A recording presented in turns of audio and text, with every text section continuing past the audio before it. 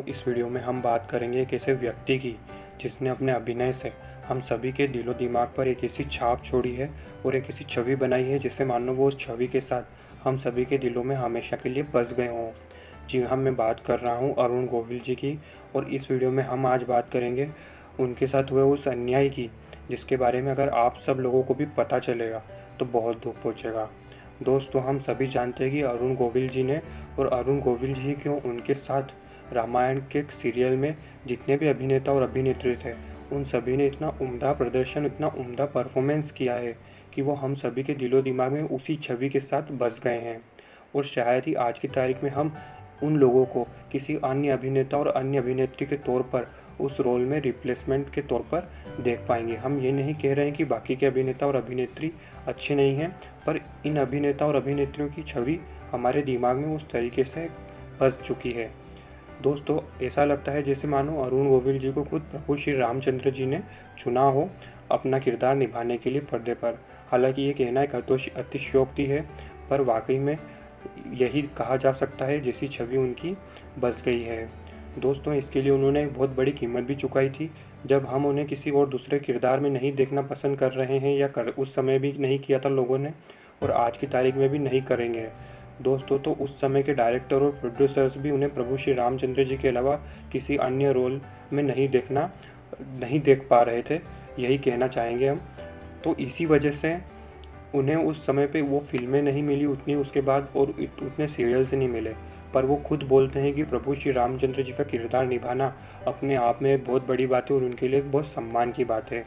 दोस्तों, इतना अच्छा अभिनय करने के बावजूद भी आपको ये जानकर ताज्जुब होगा कि उन्हें किसी भी राज्य सरकार के द्वारा और ना ही किसी केंद्र सरकार के द्वारा कभी सम्मानित किया गया है।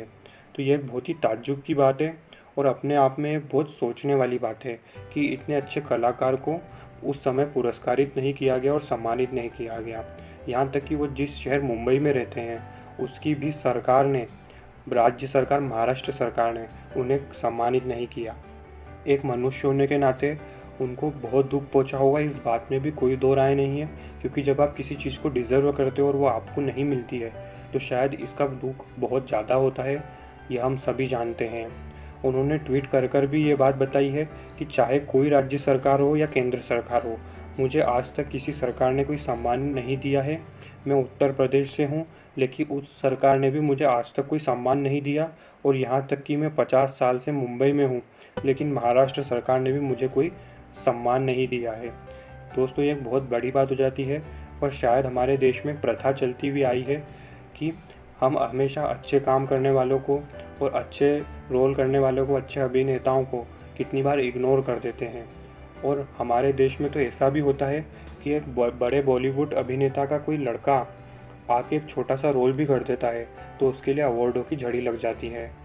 पर हम अरुण गोविल जी से इतना ही कहना चाहेंगे कि आपको दुखी होने की ज़रूरत नहीं है, क्योंकि किसी अवार्ड की कोई औकात नहीं है और ना ही कोई अवार्ड इस देश में और विदेश में बना है जो आपके उस रोल की, जो आपने प्रभु श्री रामचंद्र जी का किरदार निभाया है, उसकी बराबरी कर पाए। तो दोस्तों, हम उनसे यही बात कहेंगे कि आपको दुखी होने की ज़रूरत नहीं है।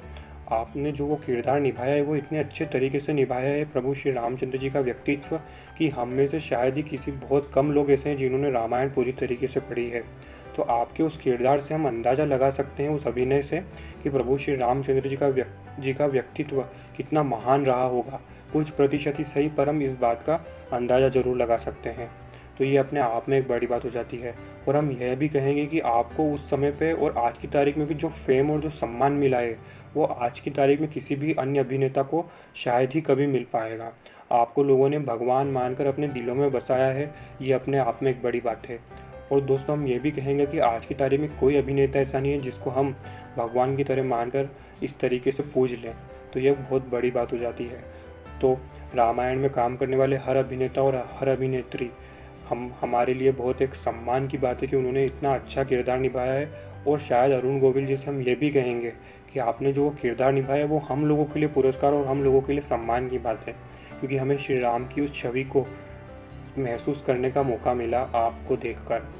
तो आप दुखी मत होइए, और हम यही कहेंगे कि हमारे देश में शायद ऐसा होता है और ऐसा नहीं होना चाहिए, और इस तरीके से आगे कोई भी अभिनेता हो वो इग्नोर नहीं होना चाहिए।